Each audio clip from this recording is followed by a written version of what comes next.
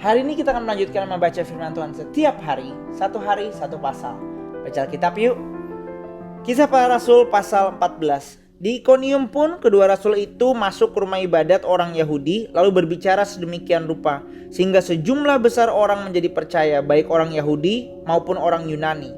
Namun orang-orang Yahudi yang menolak pemberitaan mereka menghasut orang-orang bukan Yahudi dan membuat mereka gusar terhadap saudara-saudara seiman itu. Jadi Paulus dan Barnabas tinggal agak lama di situ. Mereka berbicara dengan berani untuk Tuhan yang menguatkan berita tentang anugerahnya dengan mengaruniakan kepada mereka kuasa untuk mengadakan tanda-tanda dan mujizat-mujizat. Namun orang banyak di kota itu terpecah menjadi dua. Ada yang memihak kepada orang Yahudi, ada pula yang memihak kepada rasul-rasul itu. Lalu mulailah orang-orang bukan Yahudi dan orang-orang Yahudi bersama pemimpin-pemimpin mereka berusaha untuk menyiksa dan melempari mereka dengan batu. Mengetahui hal itu, menyingkirlah rasul-rasul itu ke kota-kota di Likaonia, yaitu Listra dan Derbe dan daerah sekitarnya. Di situ mereka memberitakan Injil. Di Listra ada seorang laki-laki yang duduk saja karena kakinya lemah dan lumpuh sejak lahir dan belum pernah dapat berjalan. Ia mendengarkan Paulus yang sedang berbicara. Paulus menatap dia dan melihat bahwa ia beriman untuk dapat disembuhkan. Kata Paulus dengan suara nyaring, "Berdirilah tegak." Orang itu pun melonjak berdiri lalu mulai berjalan. Ketika orang banyak melihat apa yang telah diperbuat Paulus, mereka itu berteriak dalam bahasa Likaonia, "Ilah-ilah telah turun ke tengah-tengah kita dalam rupa manusia." Barnabas mereka sebut Zeus dan Paulus mereka sebut Hermes karena dialah yang berbicara.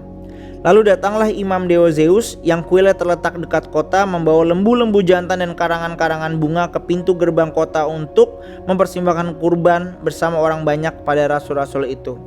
Mendengar itu, rasul-rasul itu yaitu Barnabas dan Paulus mengoyak pakaian mereka, lalu menerobos ke tengah-tengah orang banyak itu sambil berseru, "Hai kamu sekalian, mengapa kamu berbuat demikian? Kami ini manusia biasa sama seperti kamu. Kami ada di sini untuk memberitakan Injil kepada kamu, supaya kamu meninggalkan perbuatan sia-sia ini dan berbalik kepada Allah yang hidup, yang telah menjadikan langit dan bumi, laut dan segala isinya.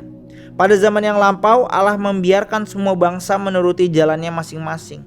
Namun ia bukan tidak menyatakan dirinya dengan berbagai perbuatan baik, yaitu dengan memberikan hujan dari langit dan musim-musim subur bagi kamu. Ia memuaskan hatimu dengan makanan dan kegembiraan."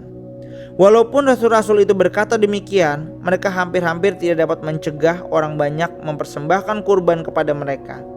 Namun datanglah orang-orang Yahudi dari Antiokhia dan Ikonium, dan mereka mempengaruhi orang banyak itu sehingga berpihak kepada mereka.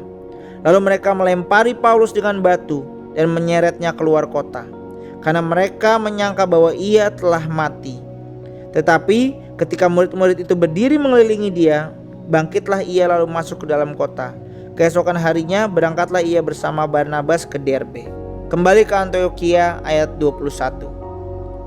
Paulus dan Barnabas memberitakan Injil di kota itu dan memperoleh banyak murid. Lalu kembalilah mereka ke Listra, Ikonium dan Antiokhia.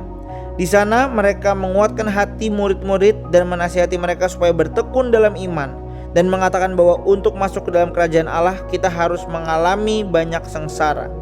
Di tiap-tiap jemaat, rasul-rasul itu menetapkan penatua-penatua bagi jemaat itu, dan setelah berdoa dan berpuasa, mereka menyerahkan penatua-penatua itu kepada Tuhan yang kepadanya mereka percaya.